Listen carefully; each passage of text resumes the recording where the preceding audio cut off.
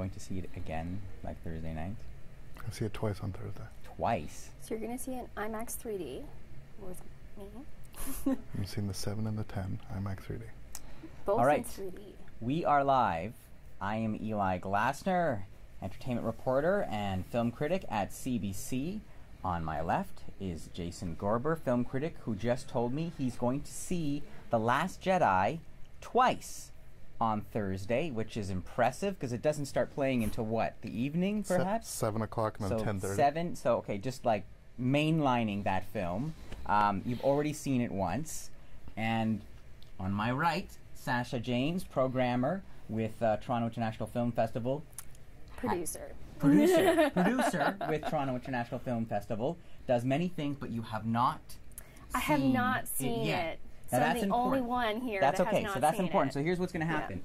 If at any moment we somehow mention a spoiler, you can take this this will and just smite this us. will 100% happen. Yeah? Okay, Because so- I have not been on Twitter in a week Okay. just to avoid spoilers. So, and I'm saying Yeah. that for you out there in Facebook and YouTube land, we are not going to review the film. We are going to try and not spoil the film so that Sasha doesn't cut us in half. We want to get you ready for the film and, talk about what appears to be the never-ending Star Wars phenomenon and essentially get you all set up to just be psyched when the movie opens tomorrow evening. We are taking your questions. Just type it in the comments. Tell us your theories about what may or may not happen. Jason and I will not spoil anything, but it's always a fun discussion. So let's start, and maybe we'll start with you, Jason. The First Order.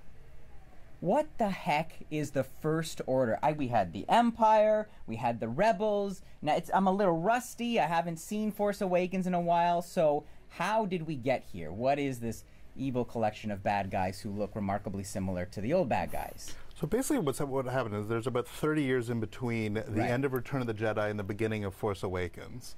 And during that time is where all this madness happened. They kill the Emperor, and you assume that once you get rid of the figurehead that the entire institution will collapse. Right. Obviously that's not what happened. There's too many vested interests at play here to keep the status quo going. Mm-hmm. So what we have, as crazy as we can get, is that we had basically the destruction of democracy in the prequels, those hated prequels. Right. That's what Lucas was very interested in, was the destruction of all democracy, the Senate being imploded, and Emperor being taken over. The notion of Return of the Jedi is we blow up the second Death Star, the Emperor is dead, everything's going to go back to normal. Everything's fine, medals, ceremony. The insurgent rebels. Won. Well, Chewbacca didn't get a medal yet again. But the insurgents, the rebels, managed to destroy the figurehead. Okay. And what we learn is that you cannot destroy tyranny so easily by simply taking out the figurehead. That tyranny will continue, and the sort of industrial military complex that is at play here will continue as they dominate worlds. And the rebellion, actually, what is now ostensibly the rebellion, has been put into a very tenuous spot that we thought, oh God, they've won by getting rid of the figurehead, and in fact they continue to lose ground and are getting smaller and smaller with each subsequent episode. Okay. Have anything to add? Or are we just in awe of his knowledge? No, Jason has an encyclopedic knowledge of Star Wars, and we were just talking about Jason a little bit earlier. Like, he would probably know the serial numbers on the sides of, like, Naboo starfighters. Like, he has come up to me after screenings and explained why certain numbers on spaceships have significance. But that's the great thing, is that you've studied, like, the lore and the myth of this world and what George Lucas started 4 decades ago, and you've been down to conventions, you've talked to some of these filmmakers, so you've kind of seen it come up to this point. Now, the interesting thing about you, Sasha, tell us your entry into the Star Wars world as I grab some popcorn here. No, please. Jason, you want some popcorn? I'm good, thank you. Jason's first Star Wars, of course, were the original trilogy, but my first Star Wars was The Phantom Menace. And I was very young at the time, and I fell in love. So I had, I had Watto Pogs, I had trading cards, I had a Naboo Starfighter alarm clock. Like, I was hardcore. How old were you? I was 10, 11, okay. So like I was quite young. And I fell in love with it, and I think it was largely because of Padme. Yeah. And she was a hero that, looked like me. I identified with her. She was very strong. And I fell in love, and actually around that time, her speech at the end, the "No, we beg you to help us" speech. Right. I could do it. Really? At the drop of a hat. I adored her. So it was really like The Phantom Menace, and then I went back and I watched the original trilogy.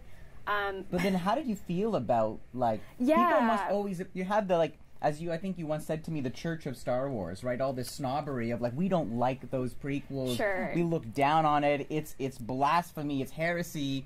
And how did you, what was your relationship to what I think of as the original Star Wars movies? Well, the original Star Wars movies are, of course, the best ones thus far, with maybe the exception of The Force Awakens. That's up there, too. And those are, the North Stars for, what you want Star Wars to be. Yeah. But to me, that wasn't my Star Wars. My Star Wars was, kind of unfortunately the prequels. Yeah. And I had to watch my absolute hero die from a broken heart. Padme. So, yeah. Padme has to die in the end for the story to continue. And the prequels were kind of, not super accessible unless you were a part of the Church of Star Wars and you knew, where we're going. And it's only kind of enjoyable in that way because you're enjoying it because it goes to this original trilogy that is so much better. And you're enjoying it because you have a connection with that. And, the new trilogy is accessible again in a way it hasn't been since, maybe the first movie. Because people are just watching it for entertainment. And yes, there's kind of the framework of, A New Hope, but inside of that framework, it's all these new things and new people. So a couple people are joining us. I'm going to just reintroduce everyone as people start to sign on. So hello, everyone. I'm Eli Glasner. We're sitting here eating popcorn. I'm a film critic and entertainment reporter with CBC. On my left is the man in the Porg T-shirt, very impressive. Jason Gorber. He is our resident Star Wars expert, film critic. He's been to many of the conventions and whatnot. And this is Sasha James, and she is a producer with the Toronto International Facebook. And so we are back on Facebook. I think we had some brief technical interruptions. The dark side of the Force trying to stop us from the First Order. Spreading the First Order, the dastardly First Order. I'm now realizing how difficult it is to eat popcorn and host it's pretty hard. a live streaming chat. So we have some questions now. This is interesting, and I think, Jason, maybe you can answer this. Dan asks, do you recommend any Star Wars reference books leading into number 8? Because you were talking a lot about earlier the history of the First Order and that kind of gap between Return of the Jedi and then Force Awakens. So there's the whole debate about what became part of canon, what isn't outside of canon, but let's answer Dan's question. Any books that you would recommend to help us get up to speed? There's lots of Star Wars books I would recommend, but not necessarily prepare for the film. I think the number one way of preparing for the film absolutely is to watch Force Awakens. Yeah. Essentially, for those that don't know, I'm spoiling nothing here. This is very, very public. The film starts moments after the other one. We've had ellipsis in every other episode. We've had years or decades apart. And what made this look, when Star Wars was initiated, we're introduced in medias res. We're introduced to a space battle. We know stuff has happened before, and we know after the credits roll, something's happening there. So the whole Star Wars world, the reason it felt so big, the reason there are all these reference books is because there was always this stuff in between that we didn't see. Between episode 1 and 2, there's a Clone War. There's them going through. Between 2 and 3, there's the entirety of the Clone Wars. The Force Awakens ends with Rey. So is the opening crawl of 8 just 30 seconds later? You don't want us to tell you.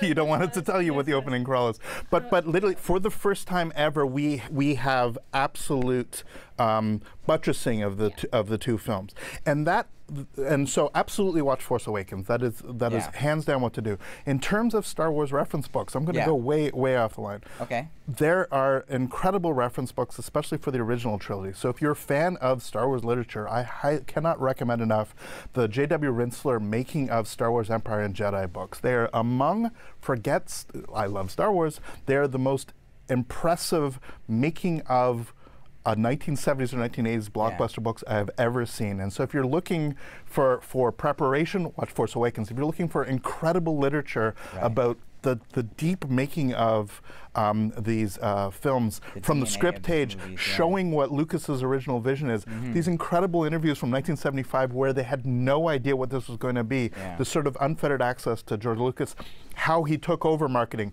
the lawyers negotiating, all this stuff that should be incredibly dry is remarkable. So that would be my answer to that. Buy those books. In terms of storyline, though, it's my understanding that there are a few books about, you know, Princess Leia's relationship with different rebels, and there are like a few books you can read. Kind of how she went from princess to general. So you can like spend a little bit more time with Carrie Fisher. But I think there's a book, and sorry, I don't know this like.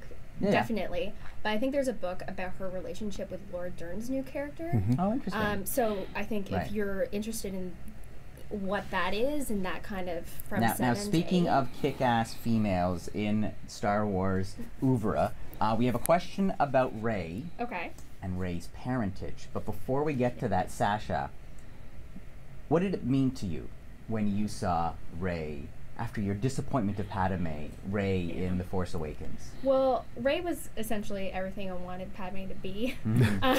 Like, she's exactly what I wanted Padme to become. And it's so exciting to see, like, someone on screen that looks like me, and all of her friends look like who my friends were when I was a kid. And if it's that exciting for me now, and like I'm an adult woman, like I'm so excited for all these children that get to see like heroes that look like them. But in terms of Rey's parentage, we have a question here. Vespa versus Lone Star. I don't even know what that means. You know what? But I hope Rey is the child of no one. Like I genuinely hope that, because all the trilogies, it's just like, you know, you're going down the line in terms of parentage, and there's like a little bit of nepotism and, you know, a little bit of privilege. I hope she's just a girl. It's like politics. Enough with the Bushes and the Clintons. Like, we just, I hope she's just a girl who's good at her job, and like she's gonna go out and save everybody. And like that would be wonderful. That was always the key of Anakin, that Anakin came from nowhere and was going to the thing. Luke was presented as the kid who came from nowhere, and only when we got backstory, when we recognized the connection, did it. So there's a very long tradition of that whole notion. Again, when we talk about the First Order, is that the person that's going to be the thorn on the side of the establishment is the person who comes from the place you least expect. Now, the big evil villain in Snoke. That's close. Snoke. What is Snoke? Besides an incredible performance by Andy Serkis and some great CGI. Again, visually stunning. They do. We get to see Snoke. You see a little teaser of that in the trailer. Snoke is essentially playing a role of the Emperor, but isn't quite the Emperor. Certainly leading to that. And again, we can't give away too much, because obviously we learn a lot more of Snoke in this film. But nonetheless, narratively is playing that position of the person who's controlling the First Order, but more importantly is the one who's schooling young Kylo Ren, who's drawing Kylo Ren towards the dark side. So that sort of the dynamic between the Emperor and Vader is mirrored with the relationship between Snoke and Kylo, aka Ben Solo. In 7, I was convinced that Snoke was just a hologram. And we were being catfished by somebody. Like a Wizard of Oz thing? Like convinced. But To that, I don't know. I haven't seen the movie yet, you guys. To that point, nothing would have made me happier if Palpatine and the Emperor were two separate people. I actually had really hoped that Episode 3 would be both Ian McDiarmid, but you'd be like, oh no, the whole time. exactly, which would have fit in weirdly with the Flash Gordon aesthetic. So we have an interesting comment here from Johnny Allison, who says some of the backstory that falls between Return of the Jedi and Force Awakens is covered by the story told in Star Wars Battlefront 2. So are you now having to like get up to speed on the games in order to fill in those gaps? So Sasha brought it up before. There are books, there are comics, there's an entire canon of these stories. I watch the movies. I'm a film critic is what I do. I do not play Battlefront to figure out what actually happened, because I'm comfortable in just knowing, again, that we can live in the ellipsis through our imagination. I don't necessarily need those elements. There's Marvel did a comic book about why C-3PO had a red arm. Isn't it funnier just like, hey, here's my red arm? 100%. Like I don't so need. Much funnier. I don't, and I happen to have read brief. It's a very brief comic book. I happen to read the red arm comic. I'm like, I didn't need to know this. So you didn't need the red arm backstory. So the platform of Star Wars allows you, like Lord of the Rings, like any of these elements, allows you to delve in, and you can delve in whatever way they do. Now, we've discussed it before. There's an entire wing of Lucasfilm devoted to ensuring that all the puzzle pieces fit, that the characters work here, that every backstory sort of intermeshes. And one of the things they had to do when they were starting to sort of carve the way out for episode 7, 8, and 9 is to decanonize a series of books that people really loved, that came out right after Return of the Jedi, that contained the story where Han and Leia had twins and all this other stuff. All that stuff went away. Those are still fine books. You should read them, but they're not part of the actual now fully canonized vision. Fully recognized. Going forward. I played Battlefront 2, but I played Battlefront where, I'm Rey and I'm killing things in like Padme's, royal chambers. And it's like I'm not playing the narrative story, and like if there's additional narrative there, that's cool, and like maybe I'll go back and actually play the narrative. So we have a question about one of my favorite characters, Chris R. Why was Chewbacca never more than a pet? He was just as heroic as Han and Luke, but never became a general. So Leia got her moment. Why not General Chewie? I don't know. Maybe it's gonna be an 8, and he kind of like it.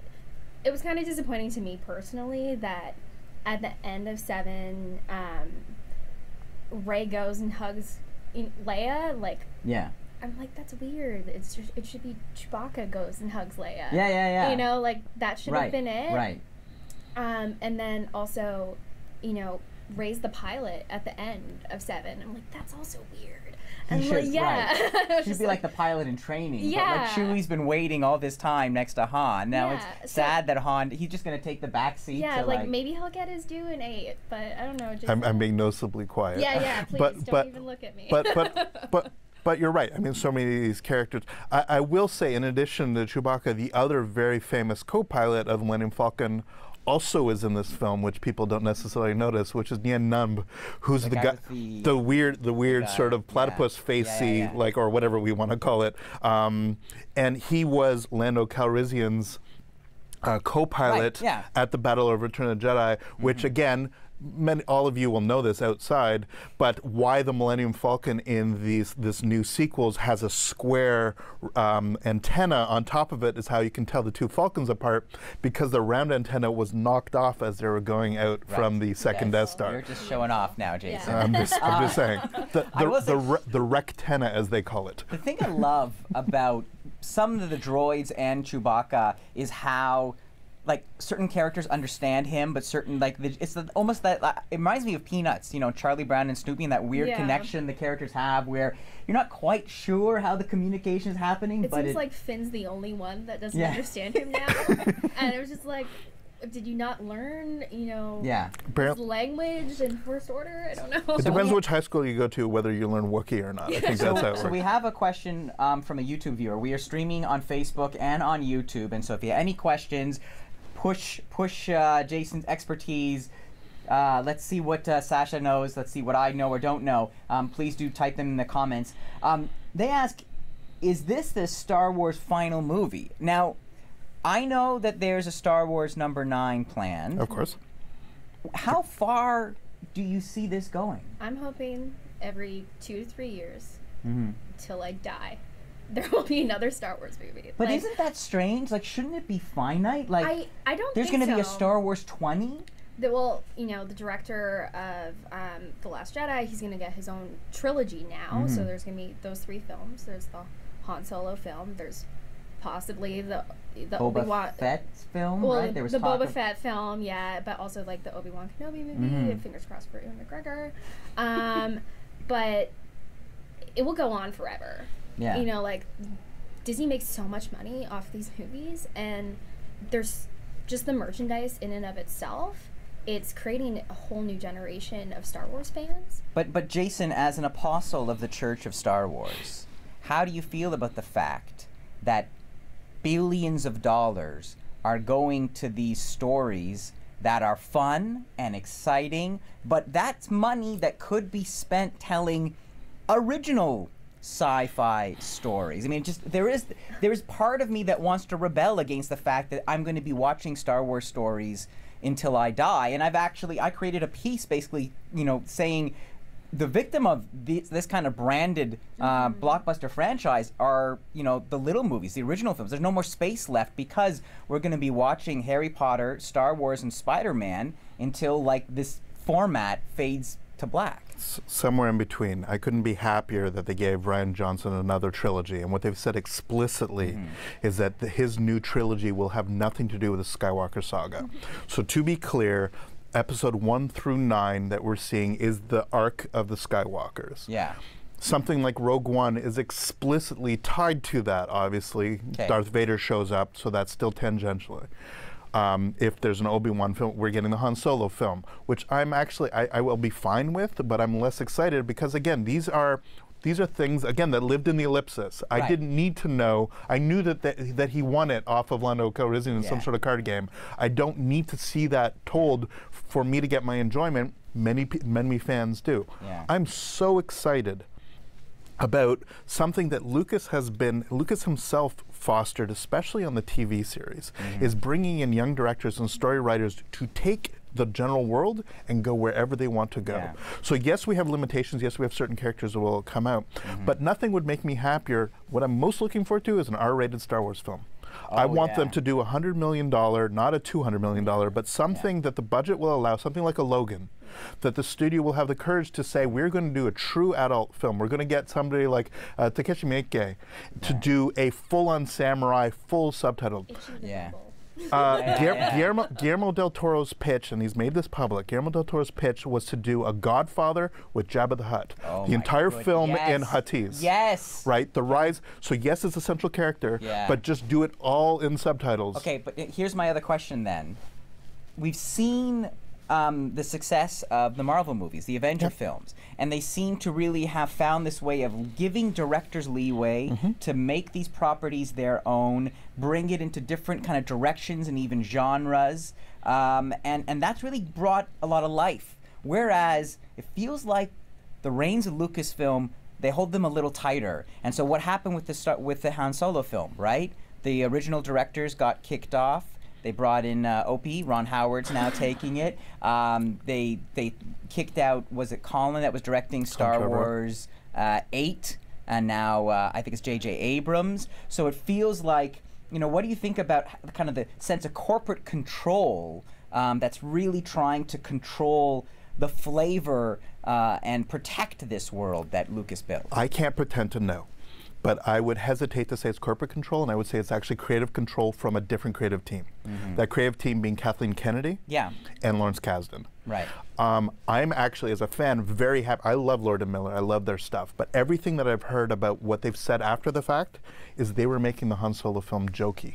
And so these are the directors that originally of the Han Solo film, and then they became, like, I don't know, were they fired? Did they resign? They came to a creative impasse, said, we can't make our Han Solo film. But I could think, if you're going to make a Han Solo film, it has to be irreverent, right? Yeah. It should shake things up. That's But true. What would Han do, right? But it shouldn't be. He is a sarcastic character, not a jokey character. And everything that I've heard is they fought to keep them. Kathleen Kennedy fought to keep these guys on. They let them shoot right to a natural hiatus. And it was the collision between Kasdan's view, the man who wrote Empire Strikes Back and Raiders of the Lost Ark, who really knows this character, versus filmmakers who, God bless them, are used to parody, are used to making fun of the thing that they're doing it. So we're making it.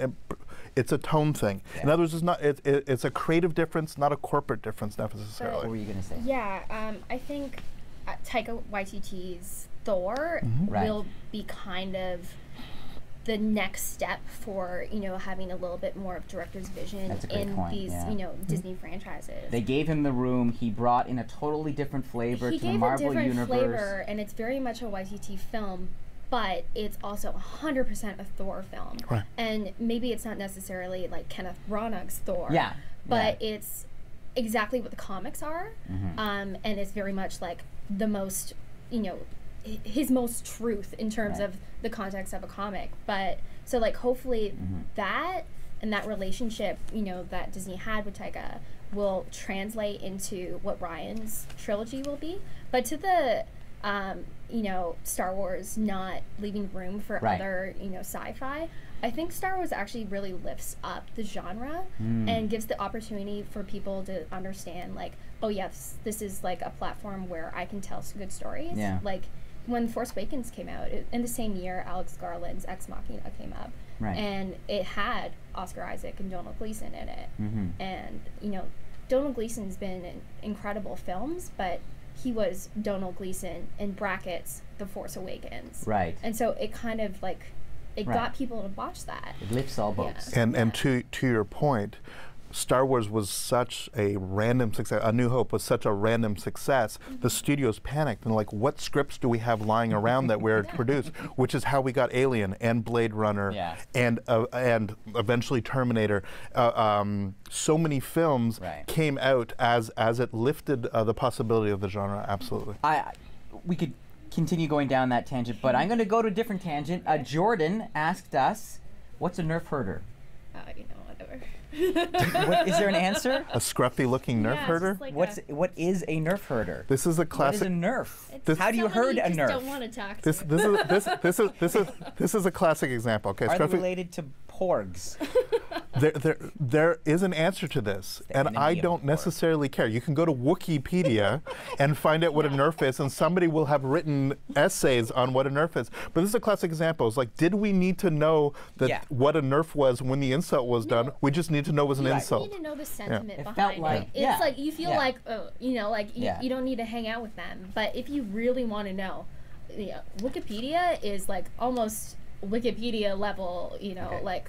Plus Bantha yeah. So going back to our original purpose of this Facebook Live, we're trying to get you ready for The Last Jedi. You have your tickets. We're not going to spoil anything. We talked about the First Order, kind of this extreme, outright little ember of the Empire that was left over that burst back into flame and destroyed everything, and now here we are with the new rebels, now called the Resistance. We talked about Rey. We speculated on her parentage. Amazingly powerful meets Luke Skywalker. We saw the end of the last film. The new film picks up pretty much where it left off with the lightsaber being passed. Will he take it? Will he swing it? Well, I'm not going to say anything, but question from Jordan. Where is Yoda in the current Star Wars universe? He's hanging out with Ewan McGregor. Yeah, he's a ghost, right? He's like a Jedi ghost thing, right? Jason has another opinion. He can't say anything because he has knowledge that is. I will say this. One of the whole points of the prequel trilogy, that goes back to Qui-Gon of all people, was that what Qui-Gon's narrative imposition. Who was Qui-Gon? Liam Neeson. Right. Thank you. My apologies. Say the guy with the ponytail. If you want to go down the Qui-Gon route, we could be here for like a half an hour. So the deal is, what Qui-Gon did when Qui-Gon was killed by Darth Maul is Qui-Gon found a way and communicated it to Yoda about being able to continue as part of the Force after death. See, I did not know that. That was new. This is so good you information. you actually see Yoda meditating, and you actually hear Qui-Gon's voice when he is killed, which is why at the end of 3, what Yoda has discovered is this way of continuing, which is the talk that they're having as they walk in the corridor. Which is why when Obi-Wan dies, he allows to become a spirit Obi-Wan, right. And which is why when Yoda dies, he does the same thing. And the end of Return of the Jedi is you see Anakin there, either Sebastian Shaw, the original Anakin, or Hayden Christensen, depending on which version you watch, and Yoda and Obi-Wan Kenobi of being part of the Force. They're literally spirited as part of the Force. A YouTube viewer gave us a comment. Lucas was originally intending to reach a teen audience, and this is part of the struggle I have when watching these movies, is I feel like it's a conversation with myself, because there's the adult Eli that wants to argue about like relativistic light speed travel and the power of the Force, and whether a droid can do that and have that kind of personality. And then there's the other Eli that still owns this and goes, oh my god, lightsaber battle, isn't this cool? Swing. So, who did Lucas make this for? Well, it's really about, you know, a group of friends and with their giant puppy dog pal. Like, it's very much made for children. And, you know, Disney, well, not Disney's, Lucasfilm's, you know, strategy in terms Excuse me, I have to turn off my lightsaber. It's buzzing. There we go. Is it blue? Is it green? It was Is it blue. red? It changes Blue? color as Okay, we cool. go. So you were saying. Metaphor. Yeah. But yeah, Lucasfilm's like original strategy for it, and like, yes, you know, the merchandise did take 6 months to be made, but their strategy was like, this is for children, and like He said it's for 12-year-olds, right? Well, at Celebration, right? He said it was for 12-year-olds. And what are you people doing? Yeah, it's not quite the Shatner "Have you ever kissed a girl" SNL moment, but he's slightly disingenuous with this, because what he did was he took essentially another children's form, namely the samurai film, which was always meant to be silly adolescent action, but had this notion when Kurosawa did it that it became more serious because it was foreign, and so it was seen as exotic at the time. He took the Kurosawa, he took a lot of Joseph Campbell, he took a lot of John Ford and the World War II movies, and he took Seven Samurai to bring your kids to. Right, you know? right. So absolutely, there's certainly, let's call it an adolescent spirit to it, but his incorporation of the Campbellian elements, the Joseph Campbell who wrote about the hero of 1,000 Faces, the hero's journey, this was meant to literally play at our fundamental level, to play as the story that we told at the fireside. Right. As crazy as it is, I'm going to do a mild digression to a film that I know you love. In Reign of Fire, when they're sitting around Reign of Fire, Christian Bale, dragons. That's all you need to know. Christian Bale and dragons. But one of my favorite parts of that thing is that they're telling, essentially, technology has been eroded by the dragons that have come destroyed all of civilization. But the stories they tell, the sort of iconic stories, is the story of a dark knight and a young prince that comes out. And they tell the story of Star Wars. Nice. So it plays at that level. It is not just adolescent. It is truly mythical in that sense that it plays as the structures of mythology. So we have a question from Mario. He asks, what can we expect to see from this one? I'm a little afraid to answer that fully, because then Sasha will chop me in half with the lightsaber. I have not been on Twitter for 7 days, and it's killing me. And I don't want to watch any TV spots. I don't want to talk to either of these guys, really, because they know things that I don't know. and lightsabers.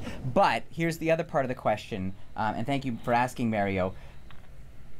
Can people who never watched Star Wars, will this work? Do you need to watch The Force Awakens? Can you go into The Last Jedi blind, essentially? No. You can. Of course you can. You're not going to get as much out of it. And yes, it requires a little bit of homework. It doesn't require so much homework. I think you could watch The Force Awakens having not watched Star Wars for 30 years. Yeah. I think it was designed for that. I think if you'd watched Star Wars or gave a hoot about the prequels, Force Awakens was a little bit like, I've seen this before. But people who are like just had a vision of what Star Wars was got into Force Awakens. At the very least, watch Force Awakens. Right. You're going to know who the characters are. You're going to know what's important, what's not important. You're going to get more out of it. There is a crawl at the beginning that brings you up to speed. Of course. And it's not 30 seconds ago. Yeah, 30 this seconds happens. later. But speaking of that moment at the end of Force Awakens, Jacob asks, where is Luke's green lightsaber? See, this is something that always confused me. Maybe Jason can, tell. Like, Luke lost it after fighting his father, right? The green saber? Green This one. is the question. Does Luke only have one? Is that like his special lightsaber? So let's go back, because I don't want to say, right? I don't want to get so complicated, but I will say this. This is spoiling nothing because this is from Force Awakens. The blue one is Anakin's saber that Obi-Wan picked up at the end of 3, that Obi-Wan then gives to Luke, that Luke then loses when his hand is chopped off at Bespin. And that blue one is the where? blue saber is if you look at it, it looks identical to Darth Vader's eventual red saber in terms of the patterning on the bottom. It's just the top is not dark. So we're going down very dark things here. But so the blue saber, the green saber, exactly. So the green saber plays a role. But did he lose it when he actually battles his father at the end? He does take it with him. Yeah. He has it on his belt. Disappears. It doesn't necessarily disappear for reasons that we can necessarily discuss. But what is important is the lineage of that blue saber. That blue saber is the one built by Anakin, given by Obi-Wan to Luke, that Luke's hand got chopped off holding it and then is picked up. My God, I don't even remember her character. Lupita Nyong'o's character, Maz Kanata. Thank you. See, well done. Maz Kanata had the saber in a box, and then Rey. So there's a direct lineage between Anakin and Rey of that particular weapon. So we only got like a little bit of Princess Leia in The Force Awakens. Can you remind us? General Leia. Yeah. General Leia. So what is she doing, or what are her responsibilities at the beginning of The Last Jedi that you would presume? Yeah, so Leia's in charge of the Resistance, essentially. And, of course, she's in grief right now. So it's my assumption that because of all the stuff that just happened to her, personally, she has to deal with all of that in 8.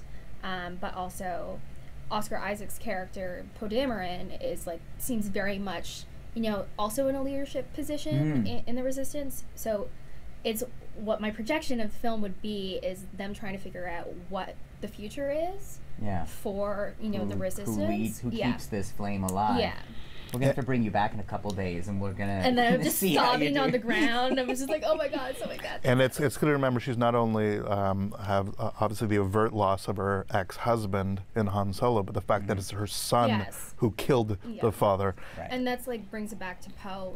Is this her kind of adopted son? Is he going to take over, the good side on that end? Of course, to recall, you all remember, you're still scarred from that Kylo facing off with Han Solo on that. There's always those bridges in those no railings. Star Wars, no railings, and poor Han, done, and now an interesting moment. We have a question from Mario. Now that the Skywalker arc is done, what do you think would be the next interesting arc for filmmakers to explore Yoda's origins, perhaps? I don't think the Skywalker arc is anywhere near done. I think it's going to go on for a while. If maybe 9 is the last one, who knows? We don't know. Only J.J. Abrams knows. But I'm super interested in just what Obi-Wan Kenobi did in all of those dark years. I think that's super interesting. With Ewan? Well, of course. Yeah. I've dropped his name a couple times. Maybe I'm trying to get some influence into you have a the supporter world. here. Yeah. But that's what I'm interested in. What about you, Jason? I think that you're going to see Old Republic stuff, the Rise of Sith. I mean, Darth Plagueis is a guy who gets thrown at, and you're like, who the heck's that guy? Yeah, I'm trying to. Is this like a Clone Wars character? Darth played. Okay, so the whole coming back, bringing people back from the dead thing that Palpatine convinced how he turned Anakin was convincing him that Padme was going to die and he could prevent him from dying. And the person that Palpatine suggests was the first person to bring somebody back from the dead to use so powerfully the dark side of the Force was this Darth Plagueis. Okay, so there's another big baddie from the dark side. From thousands of years before what we've seen. And again, that's what I'm kind of hoping that we're going to see from Rian Johnson. I'm hoping that we're going to see this stuff. I'm hoping we're going to learn a bit about. There are books we know about. Could pick if you can. Probot. I want a little box. I want not the box, not the box on wheels. In Emperor Strikes Back is this thing that comes with this spider droid. No, you can't do it. That's my favorite character. I want a full Probot film. I have a movie poster design for it. I want the Probot movie. Jason's a weird thing aside. But if it's not like Kenobi, another good option would be like the Gray Jedi, which kind of is hinted at with Qui-Gon, and that's also going through like the Wikipedia side of things. But you're going inside. Yeah, that's like super inside baseball. But I think the Gray Jedi, possibilities would be very interesting, and it's not the light and dark side of the Force. So I want a Chewbacca movie. I have so many questions. It's called the Holiday Special. You have it. Just own it. No. Itchy. It's lumpy. No. I want Life Day for songs. B. Arthur. Enjoyable. Hang out with his father. It's really weird. See, no, his father who watches weird semi-pornography. Okay, well, as we wait for the Chewbacca movie, I don't think that's very good.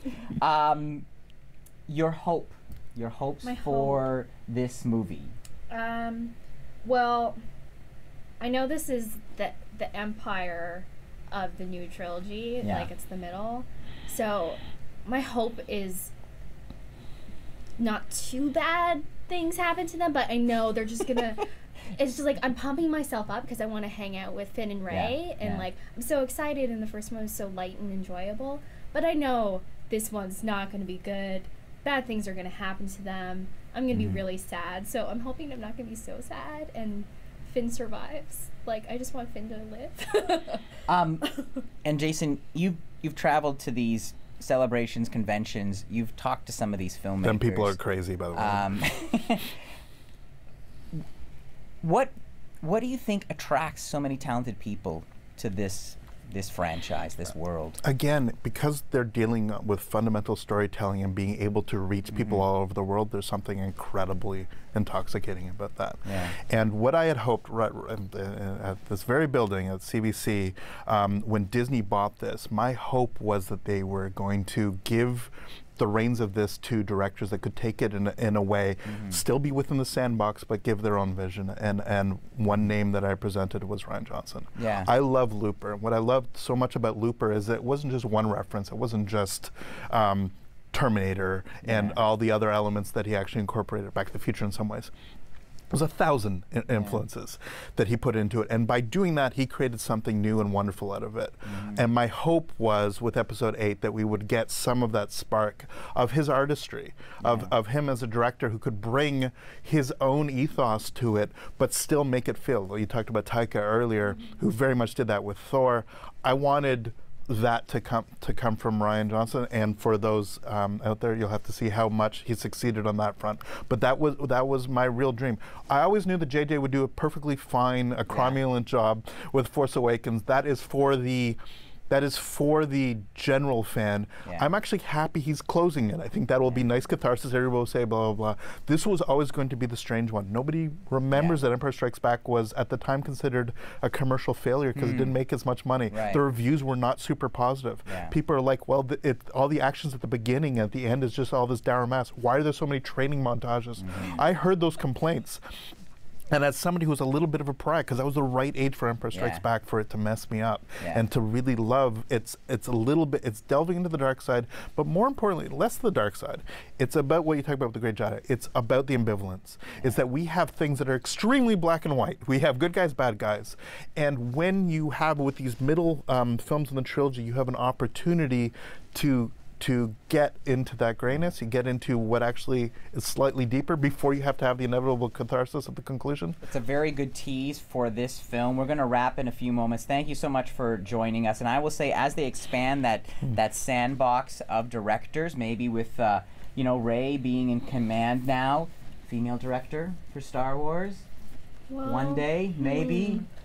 Yeah, I wonder. It's always interesting when you choose, directors for these large franchises, because you do have to kind of toe the corporate line, but also want to introduce your own storytelling.